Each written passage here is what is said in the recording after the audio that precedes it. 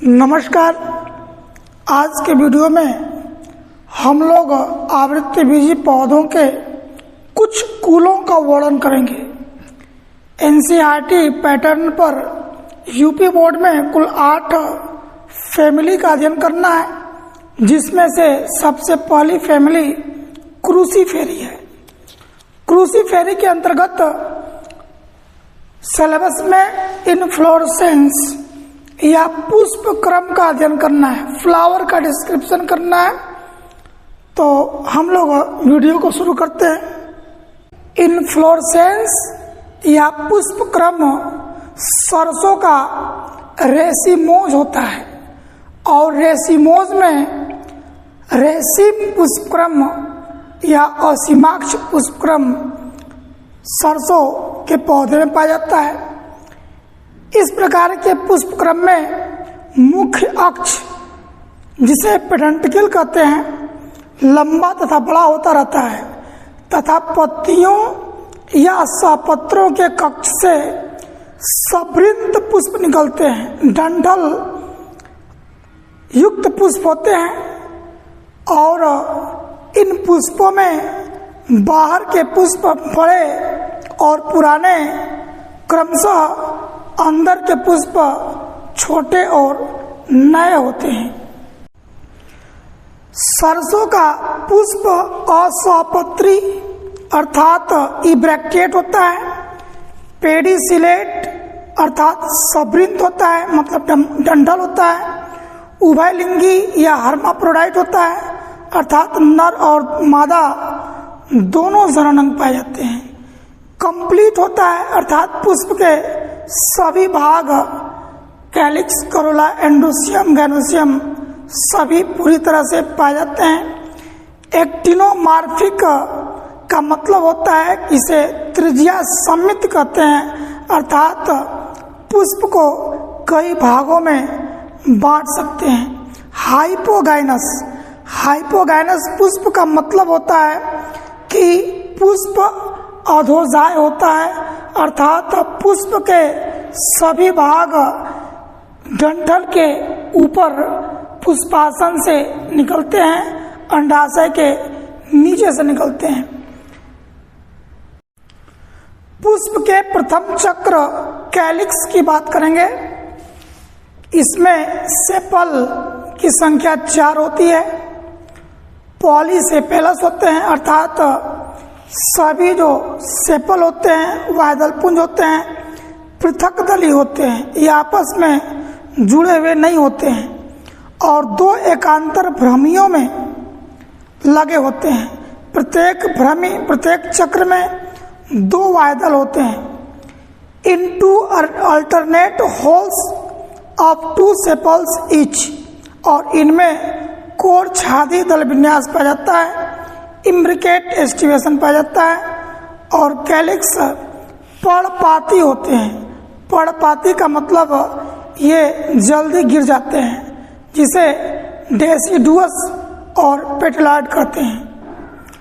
पुष्प का दूसरा चक्र दलपुंज या करोला होता है, जिसमें दल की संख्या या पेटल्स की संख्या 4 होती है। पॉलीपिटेलस होते हैं, अर्थात प्रत्येक पेटल अलग अलग होते हैं, जिसे पृथक दली कहते हैं। और क्रूसीफॉर्म एक विशेष प्रकार का अरेंजमेंट पाया जाता है इनके करोला में, जिसे क्रूसीफॉर्म कहते हैं। क्रूसीफॉर्म का मतलब होता है कि इनका विन्यास क्रॉस रूपी होता है। इनके विन्यास में एक क्रॉस पाया जाता है, जो प्रत्येक दल को 2 भागों में विभाजित करता है। दल का निचला भाग संकीर्ण नखर कहलाता है तथा दल का बाहर की ओर निकला और फैला भाग दल फलक या लिम्ब कहलाता है। ये विशेष प्रकार के दल विन्यास होते हैं और इनमें कोर और स्पर्शीय विन्यास या वॉल्वेट एस्टिवेशन पाया जाता है। पुष्प के तृतीय चक्र को पुमंग कहते हैं। पुमंग या एंड्रोसियम में पुंकेसरों की संख्या 6 होती है। 6 स्टेमेन पाए जाते हैं और ये पॉलीएंड्रस होते हैं, पृथक पुंकेसरी होते हैं और दो भ्रमी में लगे होते हैं, जिसे चतुर्दीर्घी या टेट्राडाइनमस कहते हैं। बाहर के दो पुंकेसर छोटे और भीतर की ओर 4 बड़े पुंकेसर होते हैं। परागकोश द्विकोष्ठी होता है, अर्थात एंथर डायथिकस होते हैं। बेसी फिक्स्ड मतलब आधार से लगे होते हैं, आधार लग्न होते हैं। अंतर्मुखी या इंट्रोस का मतलब पुष्प के अंदर की ओर लगे होते हैं और इनमें अनुलंबीय स्फुटन पाया जाता है। पुष्प के चौथे चक्र को गैनोसियम या जायांग कहते हैं, जो द्विअंडपी होता है, बाइकार्पिलरी होता है। साइन कार्पस मतलब युक्त अंडपी, सभी अंडप जुड़े होते हैं। आरंभ में तो ये एक कोष्ठी होता है, यूनिलॉकुलर होता है, परंतु बाद में कूटपट्ट स्यूडोसेप्टम जिसे रेपलम कहते हैं, इसके बनने के कारण द्विकोष्ठी या बाइलॉकुलर हो जाता है। अंडाशय ऊर्ध्ववर्ती जिसे ओवरी सुपीरियर कहते हैं, अर्थात पुष्प के सभी भाग अंडाशय के नीचे से निकलते हैं। भित्तीय बीजांडन्यास पाया जाता है।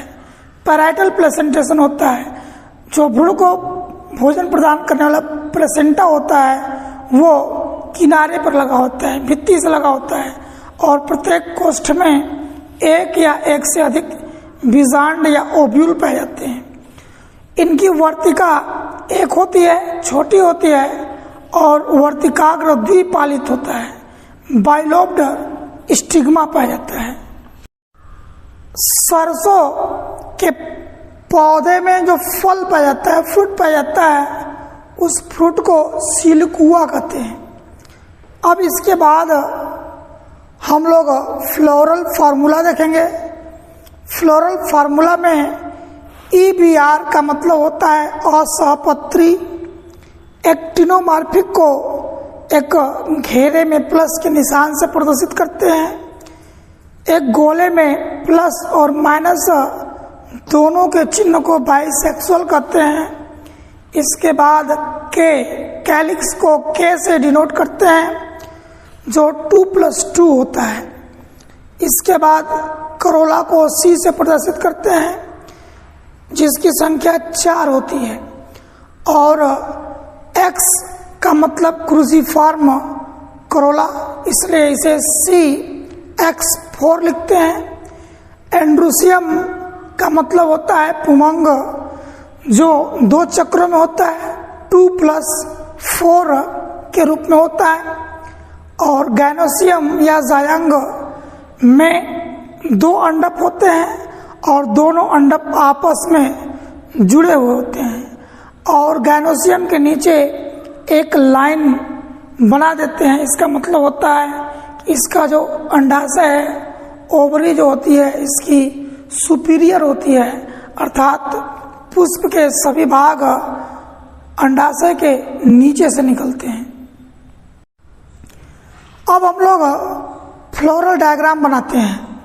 फ्लोरल डायग्राम में सबसे ऊपर मदर एक्सिस, जिस एक्सिस से फ्लावर निकलते हैं, इसे एक बिंदु द्वारा प्रदर्शित करते हैं।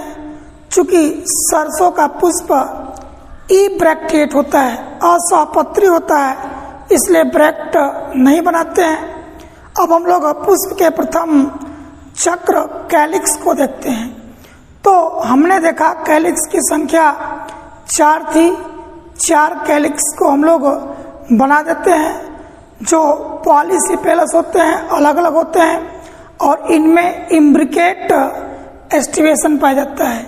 इम्ब्रिकेट एस्टिवेशन में होता क्या है, 2 कैलिक्स अंदर की तरफ और 2 बाहर की तरफ अरेंज्ड होते हैं। पुष्प के दूसरे चक्र करोला को हम लोग बनाते हैं, जिनकी संख्या 4 होती है और इनमें वाल्वेट एस्टिवेशन होता है, मतलब कोर स्पर्शी दल विन्यास होता है। सबके केवल कोर स्पर्श करते हैं, ये आपस में नहीं जुड़ते। तीसरे चक्र को एंड्रूसियम या पुमंग कहते हैं। तो हमने पुमंग में देखा इनकी संख्या 6 थी, जिसमें से 2 एक साथ थे और 4 एक साथ थे। तो जो 4 स्टेमेन होते हैं जो बड़े होते हैं उनको हम लोग अंदर की तरफ बनाते हैं, 2 जो छोटे होते हैं उन्हें हम लोग बाहर की तरफ बनाते हैं। इसके बाद हम लोग आते हैं गैनोसियम पे। तो जैसा कि हमने पढ़ा, इनमें बाइकार्पिलरी द्विअंडपीय अंडाशय होता है और प्रत्येक कार्पेल में एक अंडक होता है। तो हम लोग इन प्रत्येक अंडक को इसके अंदर दिखा देते हैं।